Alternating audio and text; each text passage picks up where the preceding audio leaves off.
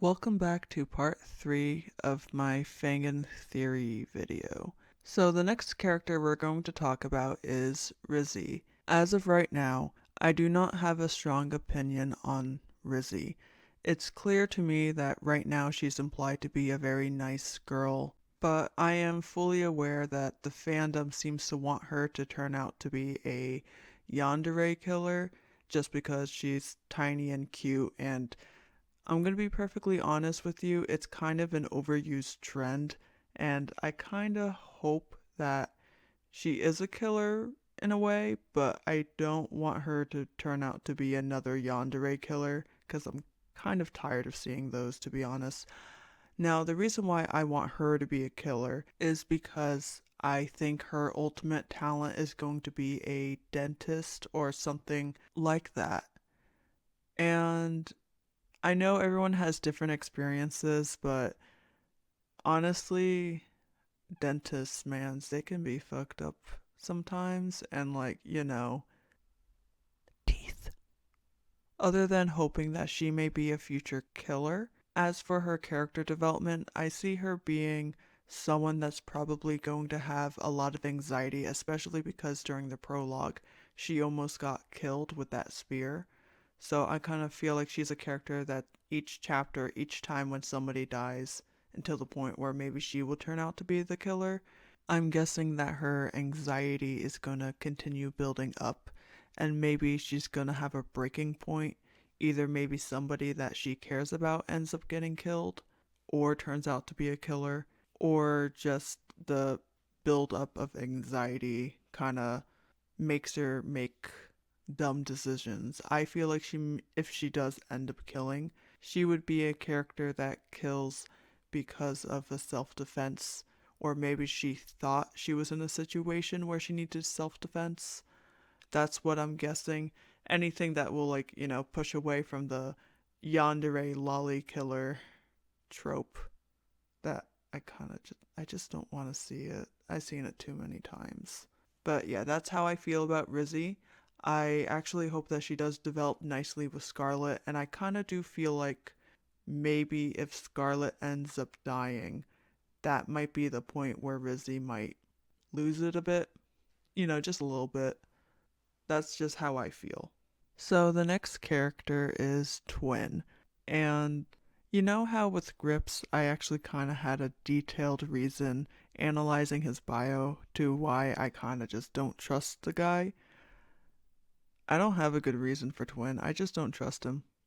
I mean, it probably has to do with the way how he talks. Yeah, yeah, that's probably it. I guess if I want to try to talk in more details on why I probably don't trust him, I can just look at the prologue, and I guess I could say it's suspicious that he had really fast reflexes in order to help Rizzy dodge the spear. But, that could also be read as a red herring. Like, it's so obvious that it's suspicious that it's probably not suspicious. Unless if the writer wants you to think that way so that it is suspicious, we can play the red herring game all we want. The point is, I simply just don't trust the character. And don't get me wrong, I am totally open for change. I don't want to have a negative impression, but if I was going to be kind of honest, right now, Twin is probably my least favorite character. I'm sorry. Um, mm, let's just go to the next character. So the next character is Yaxi, a character who honestly looks like a boxer. So my first impression of her was that she was probably the ultimate boxer, unless if the design was supposed to be a trick. And I do think it would be not really funny, but like a little nice twist if it turns out she wasn't a boxer or even necessarily a sports ultimate, maybe like a vigilante, but she's probably a boxer. When it comes down to her personality, right now I am pretty much neutral. She does seem to be a rather nice character, but during the prologue, she kind of I don't know how to say it. She kind of acts like a filler character. I don't want to really say filler because I know like some people really don't like to use that term. But I have a strong impression that she's not going to live for a very long time. I know I said that Croza could easily be like the first victim because he might have like gotten killed for being too smart or knowing too much. Yaxi is like the other first victim material where I feel like she is a lovable character within the cast, and that's why it would hurt if she died first. Yaxi kind of seems like she's a grounded character. I mean, she can definitely have a lot of character development, but for some reason, I get this weird impression that maybe she already went through her own character arc, and characters that kind of already went through a character arc are the ones that tend to die. All I'm saying is, if Croza is not going to be the first victim, I would feel like the next best victim is Yaxi for the first one. I just don't know why, but like those two characters are the ones I feel like are going to die first. Probably an unpopular opinion. I think the character that everyone thinks is going to die first is Rock, who just so happens to be the next character that I'm going to talk about.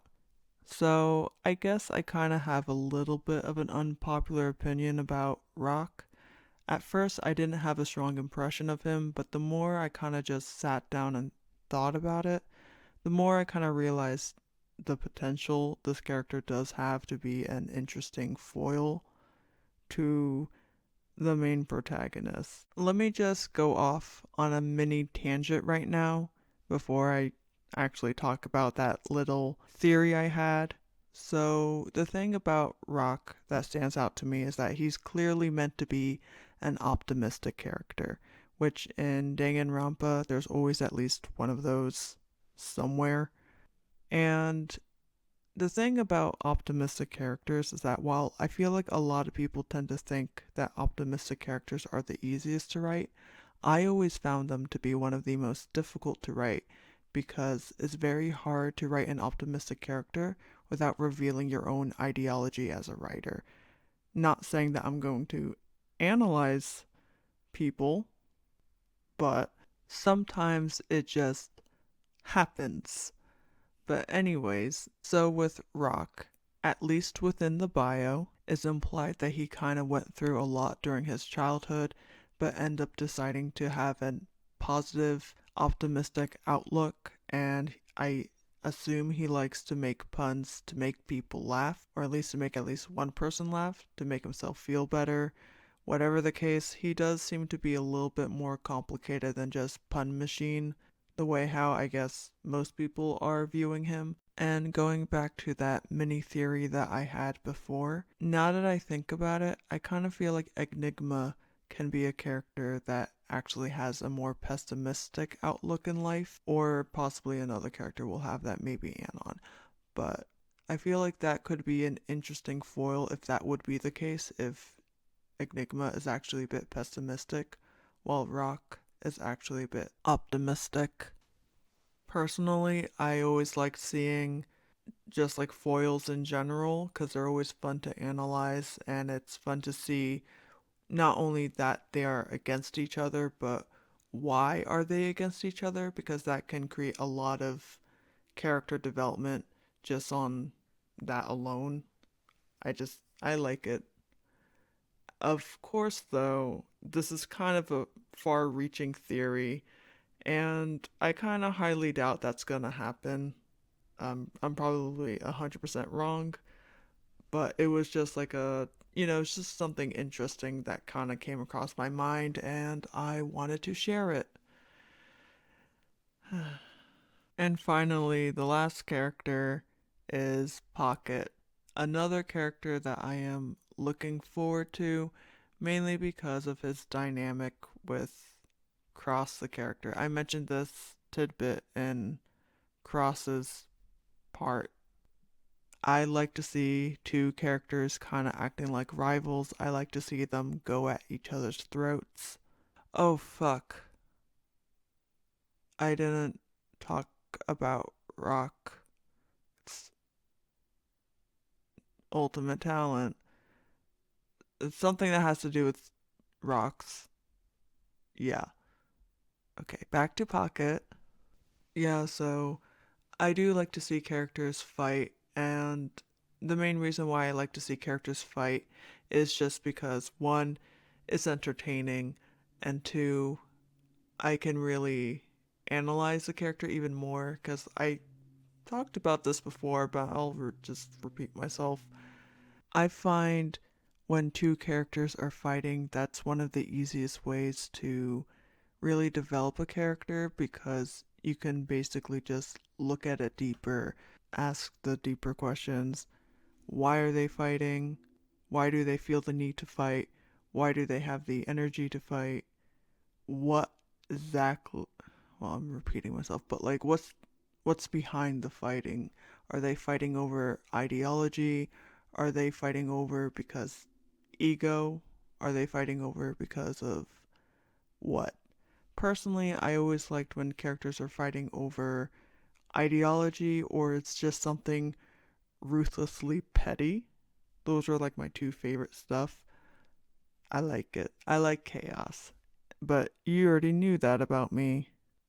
Based off of what we've seen so far, I would say most likely they're fighting over ego.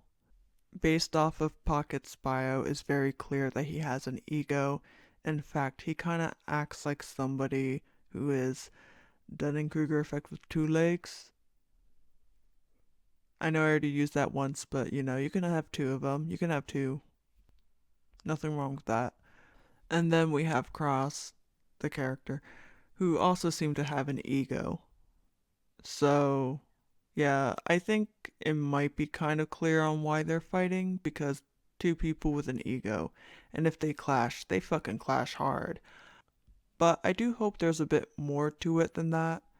I don't necessarily think it's going to be an ideology thing because it seems like a lot of the times, at least based off of the trial teaser of that mini video, it kind of just seems like Pocket may be kind of dumb and Cross doesn't like dumb people. The character, I guess I'm talking about. I don't know. But instead of like, explaining why a character is dumb, you just insult them. Mhm. Yeah, it kind of seems like that's the direction based off of that tiny little teaser, but it may change, and I kind of do hope it's a little bit more complex than that. But yeah. And don't get me wrong, I do hope that I like Pocket more than just because of the dynamic he may have with uh Cross's character. I know I don't necessarily have to clarify, but I feel like I need to clarify when I'm talking about the character or a writer or something like that. Mm. But anyways, I do hope that like I like him even more than that because he is a character that I am having my eyes on because he may be a fun character. I hope he's a fun character. So yeah, those are my main theories. Wait, no, fuck. Talent. I don't think I talked about Pocket's talent. Wait. I mean, based off of his clothing and his splash art, it kind of looks like he's a sport type. Maybe he is Ultimate All Star. Maybe it's something else. Honestly, I don't really know for sure. Yeah.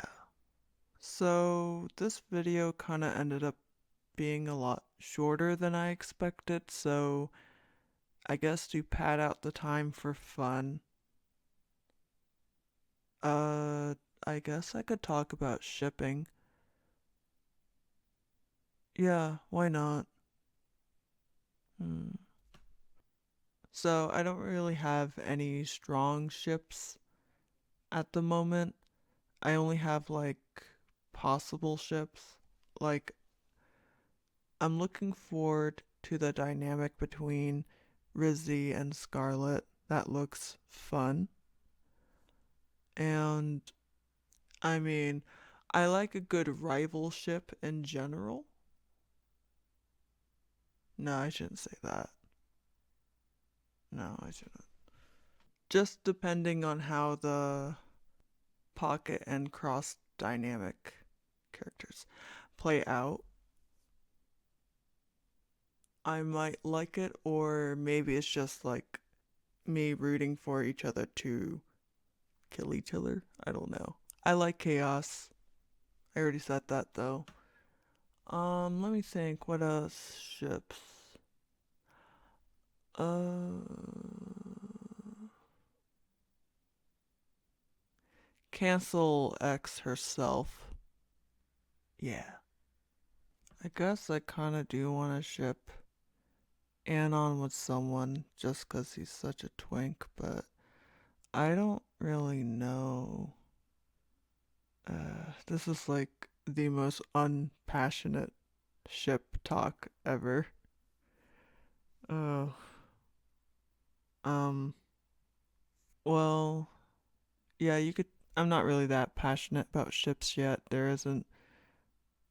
I need to. I need food. I need ship dynamic food in order to start shipping something passionately. I'm not like when I was younger, I was able to ship like anything, but nowadays it's like I need content. I need food. Uh, yeah, so I'm not really passionate about ships at the moment. So, yeah, I guess that's the end of the thoughts, opinions, theories on the characters. And, maybe like after when chapter 1 gets released and there's like more content for me to analyze the fuck out of, who knows, maybe I'll make a video based off of that. I'm not entirely sure. Like, I'll probably make a video if I actually have stuff to say. If I feel like I really don't have that much stuff to say, I probably won't make it because I don't think you want to, like, I know I keep saying you don't want to hear me ramble, but you know, you guys definitely do not want me to ramble while having no opinion on stuff whatsoever. That's even worse than just passionately rambling about stuff. So, yeah. Um, mhm. I do look forward to chapter one. I'm glad I was able to get this out before chapter one comes out. It didn't come out yet. I'm not from the future. Um, words. As much it would be kind of cool if my theories turned out to be right, I don't think that will be the case, and I'm more excited if I ended up getting caught off guard and surprised. Yeah. So, Cross, Mini, good luck with chapter one. I'm excited for it, and so is a lot of people. I'm pretty sure that chapter one will turn out to be great. And just from my own experiences, man, releasing like chapter one is going to feel so great after all that work. It's going to feel really good. And of course, when you get to the trial, it's going to feel like even better. Like I'm just telling you, it's going to feel great. You're going to love it. Anyways, yeah. I don't know how to end this video because I'm bad at it. So, thank you for listening to me ramble. As usual, it's in the AMs and I should go to bed because I have work. Hooray.